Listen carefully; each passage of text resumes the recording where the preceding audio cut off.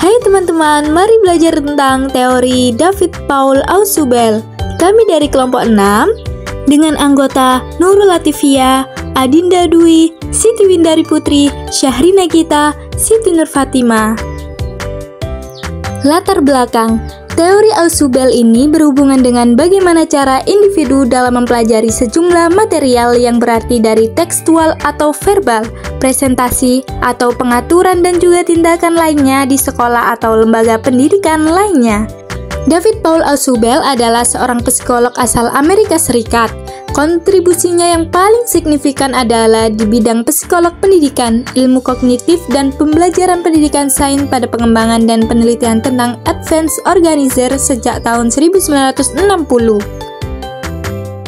Belajar bermakna. Inti dari teori Ausubel tentang belajar adalah belajar bermakna.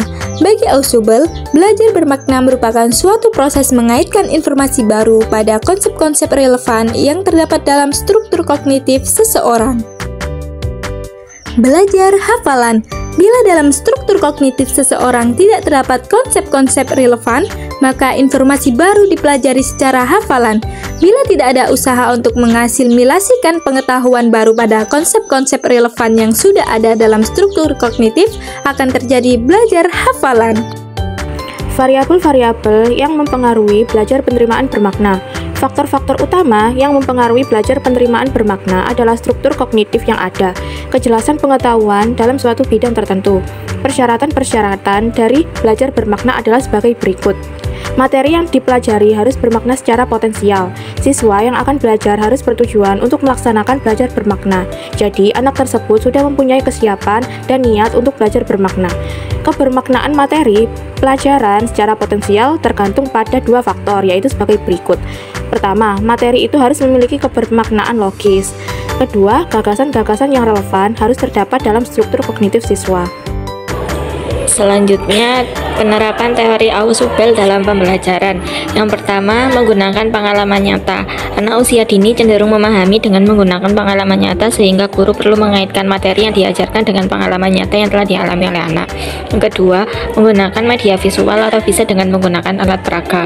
Misalnya menggunakan gambar, boneka, video interaktif dengan tujuan memudahkan anak dalam memahami materi yang disampaikan. Yang ketiga, memberikan penjelasan secara sederhana kepada anak serta dilakukan berulang-ulang dengan tujuan memudahkan anak dalam mengingat penjelasan yang sudah disampaikan guru. Yang keempat, melibatkan peran orang tua dalam proses belajar bertujuan untuk menghubungkan pembelajaran yang diterima anak di sekolah dengan aktivitas yang dilakukan di rumah. Slide selanjutnya, di sini saya akan menjelaskan mengenai 4 tipe belajar menurut Ausubel. Jadi yang pertama, belajar bermakna atau meaningful learning, yaitu mengaitkan pengetahuan yang telah dimilikinya dengan materi pelajaran yang dipelajari itu. Contohnya seperti kita membayangkan tentang pelajaran fotosintesis. Di situ kan kita sudah mengetahui energi dan bagaimana tanaman membutuhkan sinar matahari untuk tumbuh. Dengan apa yang telah dipelajari mengenai fotosintesis, di situ kita juga bisa lebih memahami bagaimana tumbuhan mengubah sinar matahari menjadi energi. Dan yang kedua, belajar dengan menerima reception learning, yaitu menerima informasi baru yang disajikan oleh guru atau sumber belajar lainnya. Contohnya, misalnya di situ kita mendengarkan guru sedang menjelaskan mengenai materi sejarah mengenai revolusi sejarah, lalu kita mendengarkan, lalu kita menerimanya dengan mencatat. Dan yang ketiga ada belajar dengan menemukan atau discovery learning, yaitu menemukan penemuan aktif oleh siswa sendiri untuk mencari, mengeksplor, dan menemukan informasi baru melalui eksperimen, observasi, atau aktivitas lainnya. Dan yang keempat ada belajar dengan menghafal, rote learning, yaitu pelajaran yang dipelajari ditemukan sendiri oleh siswa tanpa mengaitkan pengetahuan yang dimiliki, kemudian dipahami. Selanjutnya, langkah-langkah. Pemantikan atau stimulus murid perlu memperhatikan pemantik atau stimulus yang diberikan oleh guru dalam proses pembelajaran. Stimulus ini berfungsi sebagai awal untuk memulai proses belajar. Yang kedua, memahami makna stimulus. Setelah memperhatikan stimulus, murid harus memahami maknanya. Ini melibatkan penyimpanan dan penggunaan informasi yang sudah dipahami. Makna ini harus relevan dengan struktur kognitif murid. Yang ketiga, mengaitkan informasi. Langkah terakhir adalah memproses dan mengaitkan informasi-informasi yang sudah tersimpan. Jika murid bisa mengaitkan informasi-informasi tersebut, maka proses belajar bermakna meaningful learning telah tercapai. Cari tahu apa yang sudah diketahui siswa. Sudah mengetahui bahwa kecerdasan dipengaruhi oleh genetika dan lingkungan.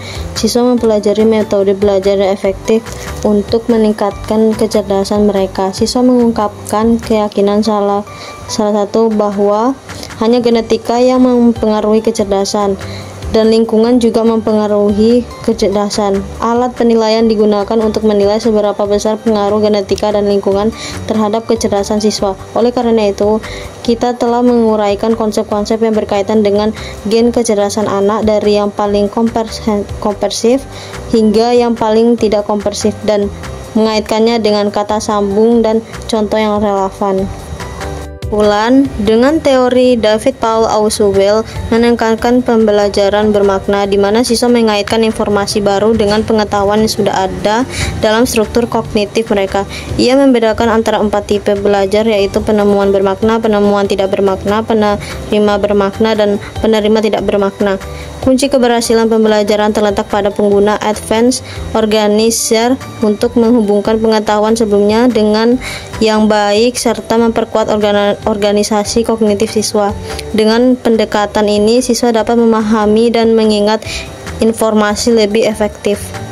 Sekian yang dapat kami sampaikan. Terima kasih.